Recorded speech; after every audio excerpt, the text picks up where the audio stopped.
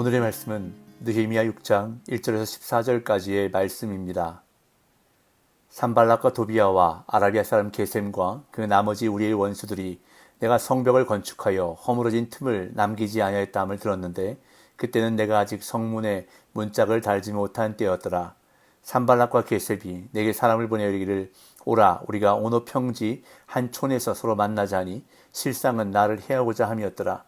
내가 곧 그들에게 사자들을 보내어 이르기를 내가 이제 큰 역사를 하니 내려가지 못하겠노라. 어찌하여 역사를 종지하게 하고 너에게로 내려가겠느냐 하매 그들이 4번이나 이같이 내게 사람을 보내되 나는 꼭 같이 대답하였더니 산발랏이 5번째는 그 종자의 손에 봉하지 않은 편지를 들려 내게 보냈는데 그 글에 이르기를 이방 중에도 소문이 있고 가스무도 말하기를 너와 유다 사람들이 모반하려 하여 성벽을 건축한다 하니 네가 그 말과 같이 왕이 되려 하는도다. 또 네가 선지자를 세워 예루살렘에서 너를 들어 선전하기를 유다의 왕이 있다 하게 하였으니 지금 이 말이 왕에게 들릴지라. 그런데 너는 이제 오라 함께 의논하자 하였기로 내가 사람을 보내어 그에게 이르기를 네가 말한 바 이런 일은 없는 일이요 네 마음에서 지어낸 것이라 하였나니 이는 그들이 다 우리를 두렵게 하고자 하여 말하기를 그들의 손이 피곤하여 역사를 중지하고 이루지 못하리라 함이라. 이제 내 손을 힘있게 하옵소서 하였노라. 이후에 무헤다벨의 손자 들라야의 아들 스마야가 두문 불출하기로 내가 그 집에 가니 그가 이르기를 그들이 너를 죽이러 올 터이니 우리가 하나님의 전으로 가서 외소 안에 머물고 그 문을 닫자. 저들이 반드시 밤에 와서 너를 죽이리라 하기로 내가 이르기를 나 같은 자가 어찌 도망하며 나 같은 몸이면 누가 외소에 들어가서 생명을 보존하겠느냐. 나는 들어가지 않겠노라 하고 깨달은즉 그는 하나님께서 보내신 바가 아니라 도비아와 산발랏에게 뇌물을 받고 내게 이런 예언을 함이라. 그들이 뇌물을 준 까닭은 나를 두렵게 하고 이렇게 함으로 범죄하게 하고 악한 말을 지어 나를 비방하려 함이었느니라. 내 하나님이여 도비아와 산발락과 여선지인 노야다와 같은 그 남은 선지자들 곧 나를 두렵게 하고자 한 자들의 소행을 기억하옵소서 하였노라. 아멘. 예루살렘 성벽 재건 공사가 거의 막바지에 이르러 이제 성문에 문짝을 달기만 하면 되는 시점이 되었습니다. 그러자 이 소식을 들은 산발락과 도비아를 비롯한 대적들은 느헤미야에게 사람을 보내어 오노 평지의 한 마을에서 만나자는 제안을 합니다. 1절 2절입니다.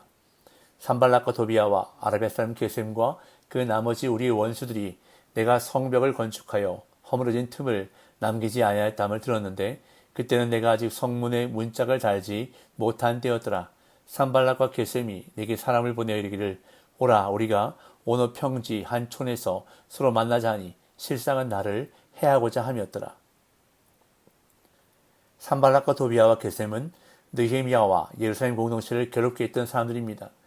여러 가지 방법으로 공격하며 성벽 공사를 방해하고 힘들게 했던 사람들입니다. 그랬던 그들이 지금 느헤미야에게 만나자고 제안합니다. 오늘날로 말하면 회담을 하자는 것입니다.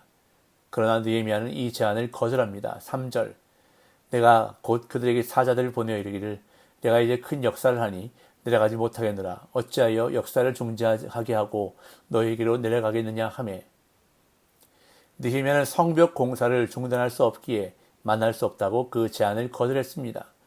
하지만 느헤미야의 거절에도 불구하고 대적들은 3번이나 더 사람을 보내어 만나자고 제안했습니다. 4절 그들이 4번이나 이같이 내게 사람을 보내되 나는 꼭 같이 대답하였더니 지금 산발락과 게셈이 4번이나 똑같은 제안을 했다는 것에 우리는 주목할 필요가 있습니다. 이 당시의 상황을 한번 상상해 보십시오. 산발락과 게셈이 보낸 4번의 제안을 놓고 느헤미야가 얼마나 고민했을까를 한번 생각해 보십시오. 그동안 산발락과 도비아, 게셈 때문에 예루살렘 공동체가 얼마나 힘들었습니까? 성벽 공사만 해도 쉽지 않은 일인데 예루살렘 사람들은 한 손에 무기를 잡고 공사를 해야 했습니다. 하루 종일 일하고 밤에는 경계 근무도 서야 했습니다.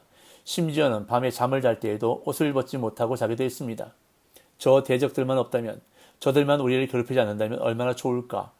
예루살렘 백성들은 모두 이런 생각을 하고 있었을 것입니다. 그런데 그들에게서 만나자는 제안이 온 것입니다. 만나서 대화로 관계를 풀어보자는 제안이 온 것입니다.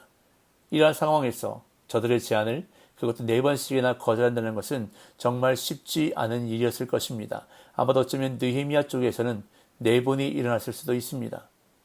그러나 느헤미야는 그 제안을 단호하게 거절하는데 그 이유는 단 하나, 성벽 공사를 중단할 수 없다는 것이었습니다. 이렇게 만나자는 제안을 4번씩이나 해도 느헤미야가 거절하자 대적들은 다른 방법을 사용합니다. 산발랏은 느헤미야에게 5번째로 사람을 보내는데 그 사람의 손에 봉하지 않은 편지를 들려보냈습니다. 5절. 산발랏이 5번째는 그 종자의 손에 봉하지 않은 편지를 들려 내게 보냈는데, 일반적으로 당시 고대 근동 지역의 편지, 특히 그것이 공문서의 성격을 지닌 경우에는 양피지나 파피루스 위에 글을 쓰고 그것을 말아 비단으로 만든 가방 속에 넣어 묶은 뒤 점토나 밀랍으로 임봉해서 보내는 것이 일반적이었습니다. 이렇게 하는 이유는 작성된 내용의 변조를 막아서 그 문서의 신빙성을 보증하기 위한 것과 동시에 그 내용이 공개되는 것을 막기 위한 조치였습니다. 그런데 산발랏은 봉하지 않은 편지를 느헤미야에게 보냈습니다. 그렇게 한 이유가 무엇일까요? 누구든지 그 편지의 내용을 보게 했던 것입니다. 그리고 그 내용이 퍼지게 소문나게 한 것입니다. 그렇다면 그 편지의 내용은 무엇이었을까요? 6절, 7절. 그 글에 이르기를 이방 중에도 소문이 있고 가스무도 말하기를 너와 유다 사람들이 모반하려 하여 성벽을 건축한다나니 네가 그 말과 같이 왕이 되려 하는도다. 또 네가 선지자를 세워 예루살렘에서 너를 들어 선전하기를 유다의 왕이 있다 하게 하였으니 지금 이 말이 왕에게 들릴지라. 그런즉 너는 이제 오라 함께 의논하자 하였기로. 편지의 내용은 한마디로 느헤미야가 반역을 도모하고 있다는 것입니다. 느헤미야가 왕이 되려고 성벽을 건축하고 있고 결국에는 유다 사람들과 함께 아닥사스 왕에게 반란을 일으킬 것이라는 소문이 온 나라에 퍼지고 있다는 것입니다. 여기 언급하고 있는 가스무라는 사람은 앞에서 등장한 아라비아 사람 게셈과 동일인입니다.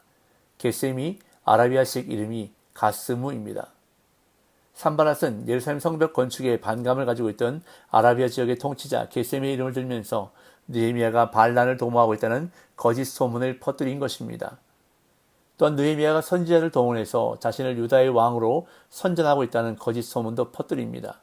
이 말은 이스라엘 역사 가운데 왕이 세워질 때 선지자를 통해 선언했던 역사를 근거로 한 말입니다. 이스라엘의 첫 번째 왕 사울이 세워질 때도 또한 다윗이 왕으로 세워질 때도 선지자 사무엘이 선포했습니다. 그렇기 때문에 이 소문이 아닥사스다 왕에 들어갈 때에는 느헤미야에게 큰 일이 닥칠 것이기 때문에 산발랏 자신을 반드시 만나야 한다는 것입니다. 자신에게 해결 방법이 있다고 말하는 것입니다. 그러나 이번에도 느헤미야의 반응은 단호합니다. 8절, 9절. 내가 사람을 보내어 그에게 이르기를 네가 말한 바 이런 일은 없는 일이요 네 마음에서 지어낸 것이라 하였나니 이는 그들이 다 우리를 더럽게 하고자 하여 말하기를 그들의 손이 피곤하여 역사를 중지하고 이르지 못하리라 함이라. 이제 내 손을 힘있게 하옵소서 하였노라. 느헤미야는 산발랏에게 사람을 보내어 이런 일은 없는 일이요 네 마음에서 지어낸 것이라고 단호하게 말합니다.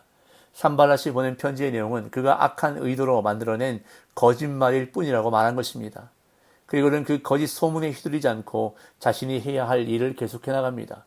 이는 그들이 다 우리를 더럽게 하고자 하여 말하기를 그들 손이 피곤하여 역사를 중지하고 이루지 못하리라 함이라. 느헤미야는 산발랏이 거짓 소문을 내는 이유를 알았던 것입니다. 그 소문에 휘둘려서 두려워하고 결국에는 성벽 공사를 중단하게 되는 것이 그 거짓 소문의 목적이라는 것을 알았던 것입니다.